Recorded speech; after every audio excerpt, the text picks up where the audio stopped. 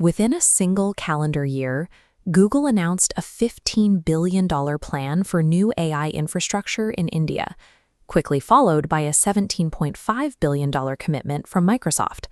Following a series of high-level meetings, Amazon CEO Andy Jassy took their total commitment even further, pledging a combined $88 billion to the region by 2030.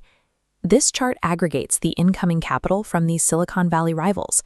When you combine their recent announcements, it totals well over $100 billion pouring into a single developing nation at the same time.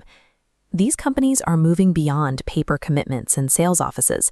They are aggressively building out a physical footprint of concrete, steel, and fiber optics. By laying this physical foundation now, these companies are positioning themselves to dictate the development of India's digital ecosystem as it moves toward a trillion-dollar internet economy. The first driver of this rush is raw demographic scale. India is a nation of 1.4 billion people that has only recently hit full digital maturity. This chart tracks global generative AI app downloads for 2025. India takes the top spot, surpassing the United States. Shifting to the workforce, India hosts the world's second-largest AI talent pool, with 13 million professionals contributing to platforms like GitHub. Historically, those engineers would migrate to the US, but as skilled immigration policies tighten and visa quotas fill up, tech giants have realized they must move their physical operations right to where the talent pool actually lives. This proximity to both a massive user base and a concentrated developer pool makes rapid physical expansion in India the only viable growth strategy for these firms. This map illustrates the global infrastructure gap. While developing economies now hold over half the world's internet users, they contain less than 10% of the physical data centers. You cannot run advanced AI services from servers across the ocean. High-speed compute requires local hardware to minimize latency and comply with increasing government demands for data localization. Google is addressing this directly with a gigawatt-scale AI hub in Visakhapatnam. When complete, it will be their most significant infrastructure project outside of the United States. Amazon is following a similar path, expanding its AWS footprint in Mumbai and Hyderabad to put its custom Trainium AI chips directly into the hands of local startups. This building boom is a race to own the literal compute layer of the country. By controlling the servers, these firms ensure they remain the gatekeepers of the nation's digital future.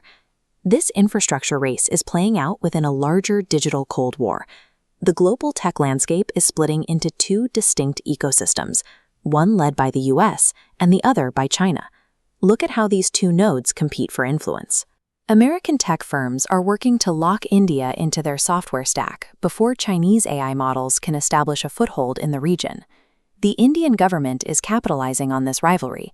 They have opened the door with 100% automatic foreign investment for data centers and launched the 10,300 crore rupee India AI mission to subsidize national compute power.